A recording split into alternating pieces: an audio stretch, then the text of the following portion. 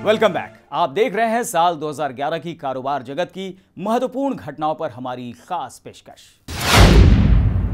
साल 2011 टाटा ग्रुप के लिए खास रहा क्योंकि ग्रुप को रतन टाटा का उत्तराधिकारी मिल गया। शापूरजी पालोनिजी ग्रुप के मैनेजिंग डायरेक्टर साइरस मिस्त्री अगले साल से टाटा के अंपायर को संभालेंगे। वर्षों की मशक्कत के बाद आखिरकार नवंबर 2011 में रतन टाटा का उत्तराधिकारी मिल ही गया। साइरस मिस्त्री संभालेंगे टाटा के एम्पायर को। मिस्त्री ने लंदन बिजनेस स्कूल से पढ़ाई की है और फिलहाल शापूरजी पालोनजी ग्रुप के मैनेजिंग डायरेक्टर हैं।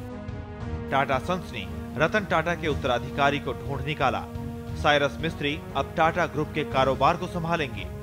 फिलहाल मिस्त्री को टाटा सन्स का डिप्टी चेयरमैन नियुक्त किया गया है, लेकिन साल 2012 के दिसंबर में जब टाटा सन्स के चेयरमैन रतन टाटा सेवानिवृत्त होंगे, उसके बाद उनका स्थान साइरस मिस्त्री लेंगे। साइरस पालोनजी मिस्त्री के सबसे छोटे बेटे हैं। पालोनजी मिस्त्री के पास टाटा सन्स के सबसे ज्यादा शेयर हैं। रतन टाटा ने कहा है कि साइरस मिस्त्री इस पद के लिए बेहतरीन विकल्प हैं। मिस्त्री टाटा सन्स के बोर्ड में अगस्त 2006 से हैं। रतन टाटा ने कहा कि मिस्त्री के काम ने उन्हें बहुत प्रभावित किया है। सिलेक्शन कमेटी ने एक मत से साइरस मिस्त्री के नाम पर हामी भरी है। साइरस मिस्त्री के परिवार का टाटा सन्स में करीब 16.5% की हिस्सेदारी है।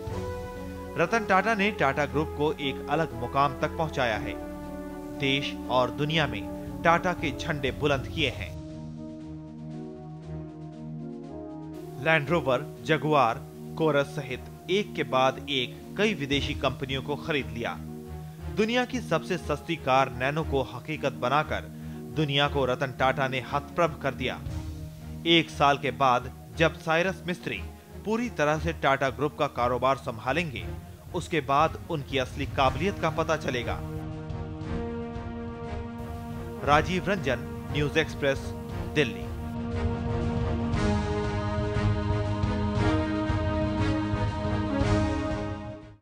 सरकारी एयरलाइंस कंपनी एयर इंडिया के लिए भी यह साल बुरा साबित हुआ। हजारों करोड़ रुपए के घाटे ने महाराजा की कमर तोड़ दी। एयर इंडिया के पास अपने कर्मचारियों और पायलटों की सैलरी देने तक के पैसे खत्म हो गए।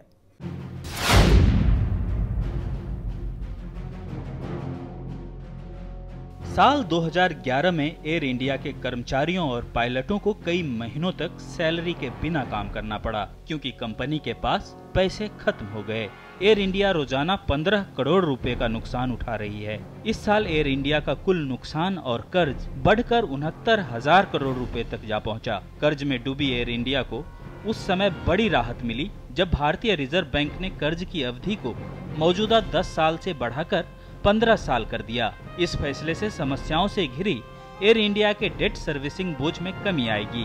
गौरतलब है कि समस्याओं से जूझ रही एयर इंडिया ने अब तक 14 उधारदाताओं से 64,000 करोड़ रुपए से अधिक का कर्ज ले रखा है, जिसमें से 40,000 करोड़ रुपए उसने एयरक्राफ्ट खरीदने में झोंक दिए।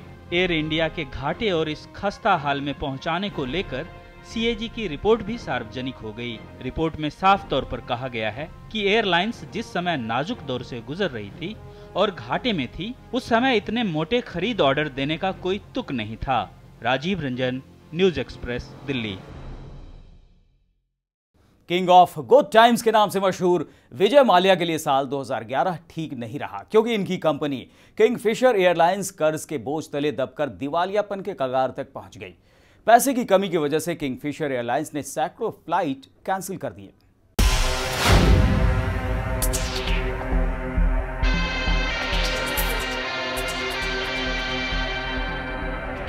पहले से ही खराब किंगफिशर एयरलाइंस की आर्थिक स्थिति इस साल और डगमगा गई। एक समय ऐसा भी आया जब एयरलाइंस के पास हवाई ईंधन भराने तक के पैसे नहीं थे। कंपनी पर 12,000 करोड़ रुपए से ज्यादा का कर्ज बकाया हो गया। इस वजह से एयरलाइंस कंपनी ने नवंबर में सैकड़ों फ्लाइट्स कैंसिल कर दी, जिससे यात्रियों को काफी मुसीबतों का सामना करना पड़ा। डीजीसीए ने यात्रियों के हितों को देखते हुए कंपनी को नोटिस जारी किया। डीजीसीए को यात्रियों के हितों को देखते हुए कंपनी को नोटिस जारी करना पड़ा। विजय माल्या ने कंपनी को बचाने के नाम पर सरकार से कई तरह की मांगों का पिटारा खोल दिया। हालांकि सरकार के पास खुद पैसों की कमी है। ऐसे में किंगफिशर को सरकारी राहत नहीं मिल पाई। इसका खामियाजा किंगफिशर को भुगतना पड़ा और देश की दूसरी सबसे बड़ी एयरलाइंस कंपनी किंगफिशर एयरलाइंस के मार्केट शेयर दूसरे पायदान से खिसककर 5वें पायदान पर पहुंच गए। दूसरी ओर शेयर बाजार में लिस्टेड किंगफिशर एयरलाइंस के शेयर जनवरी से नवंबर तक 71% लुढ़क गए। नकदी की कमी से जूझ रही किंगफिशर एयरलाइंस की मदद के लिए सहारा समूह सामने आया है।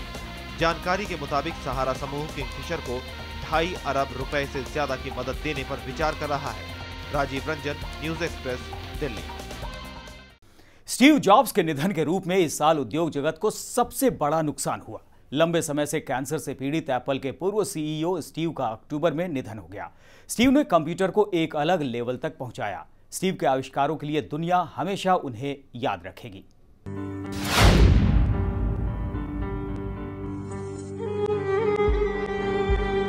स्टीव जॉब्स का निधन बिजनेस और आईटी जगत में साल 2011 की सबसे बड़ी क्षति के रूप में जाना जाएगा। स्टीव जॉब्स अमेरिका के बिजनेस टाइकून और आविष्कारक थे। दुनिया की सबसे प्रभावी कंपनी एप्पल की नींव स्टीव ने अपने एक साथी के साथ मिलकर रखी थी। काफी सालों से पैनक्रियाटिक कैंसर से जूझ रहे स्टीव का 5 अक्टूबर को कैलिफोर्निया में निधन हो गया। लेकिन स्टीव को दुनिया हमेशा उनके अभूतपूर्व काम के लिए याद रखेगी। एप्पल के प्रोडक्ट की दुनिया में तूती बोलती है, चाहे वो आईमैक कंप्यूटर हो या आईपॉड या आईफोन या आईपैड। इनकी लोकप्रियता अमेरिका ही नहीं बल्कि पूरी दुनिया में है।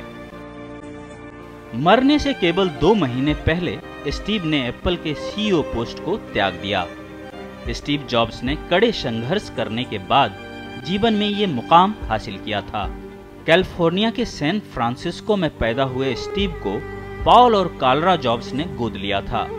जॉब्स ने कैलिफोर्निया में ही पढ़ाई की। उस समय उसके पास ज्यादा पैसे नहीं होते थे और वे अपनी इस आर्थिक परेशानी को दूर करने के लिए गर्मियों की छुट्टियों में काम किया करते थे। 1972 में जॉब्स ने पोर्टलैंड की रीड कॉलेज में ग्रेजुएशन में दाखिला लिया। पढ़ाई के दौरान उनको अपने दोस्त के कमरे में जमीन पर सोना पड़ा। वे कोक की बोतल बेचकर खाने के लिए पैसे जुटाते थे और पास ही कृष्ण मंदिर में सप्ताह में 1 बार मिलने वाले मुफ्त भोजन भी करते थे।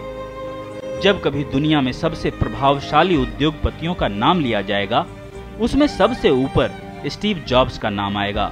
स्टीव जॉब्स दुनिया में न केवल सफल उद्योगपति, इन्वेंटर और बिजनेसमैन, बल्कि दुनिया के प्रमुख मोटिवेटर्स और स्पीकर्स के रूप में भी जाने जाएंगे।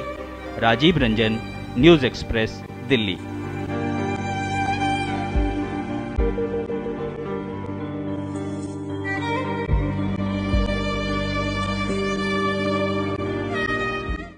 तो हमारी खास पेशकश में फिलहाल इतना ही। मुझे दीजिए इजाजत। नमस्कार।